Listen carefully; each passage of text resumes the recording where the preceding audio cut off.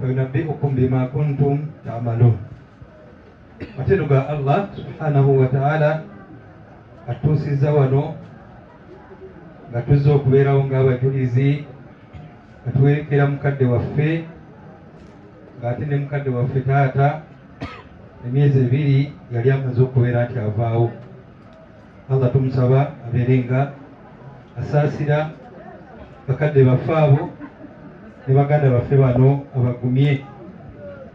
Nasibu mumanyi era mutegeera nnyo era mpulidde ennaku ate maama naye agenze mpozi inshallah olwokuba obudde bugenze.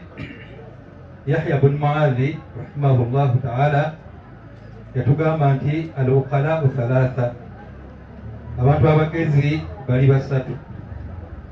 Abagezi mu ndaba y'obusiraamu bali basatu. Bw'onoba mwoli ojja kuba weesiimye, bw'onoba toliimu sala magezi oyingiremu.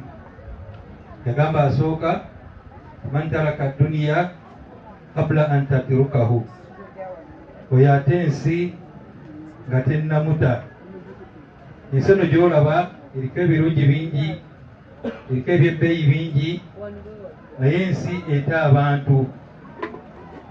Nobeera mu nsi naye ng'olinga nga atagiriimu, ne bafulumya kaadi z'emikolo nga tokyafuna kaadi, naye nga mu nsi mwoli.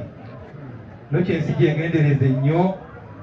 Ensi ifunamu kinakuza wa Allah subhanahu wa ta'ala.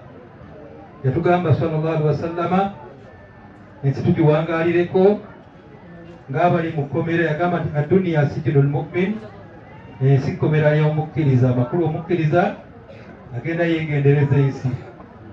Nokyo ensi gyengendereze nnyo. Allah tajogerangako okujjako nga wonna wajogererako alaga nti temuli kalungi.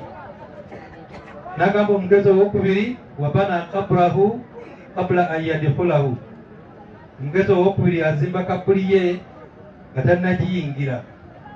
Kabuli bagizimba batya? bil amal as-salih, kola mirimu mirungi. Tuva wano n'ogenda n'osima kabuli, nze ndi mugezi kabuli yange gyesimidde, si kye bategeeza. Wabula kabuli manyi omu yagamba nti sunduqul amal, kabuli kisanduuke naye nga kyagala mirimu. Nokisala amagezi gonna olabe eddala nti ozimbye kabuliyo. Ekyewuunyisa tuli wano naye waliwo atannasaala era nga yitasaala sola.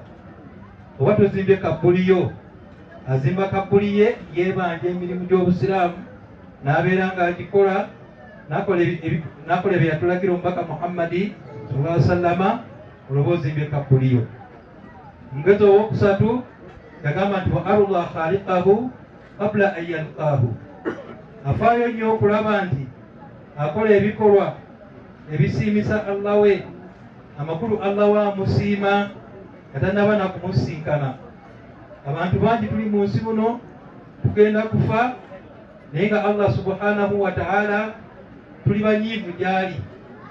Oli n'afuna obwavu n'agamba Allah yabadde ekiriizo tandaba kubonaabona kwe mbonaabonamu.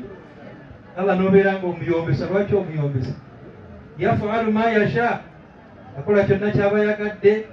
Kama yasha, nga bwakyagadde. Fil waqti alladhi yasha, akaseera kakyagalidde. Nokyo obeera musiimu ku Allah byonna byaggeredde, kubanga ne bw'onoonyiiga tulina kyogenda mukola. Nokyo insha Allah muganda wange nkugumya Allah subhanahu wa ta'ala akuweemu obulungi bungi ne baganda bo bonna. Tusiima bonna abalina kye bakoze okulaba nga bayamba ku bulwadde bw'abaganda baffe bakadde baffe bano. Allah subhanahu wa ta'ala abatutte, tusaba biidhinillah abeere nga Allah abakubagiza, mubeere mu mbeera ate ennungi. Rabbana atina fi dunya hasana wa fil akhirati hasana wa qina adhaban nar.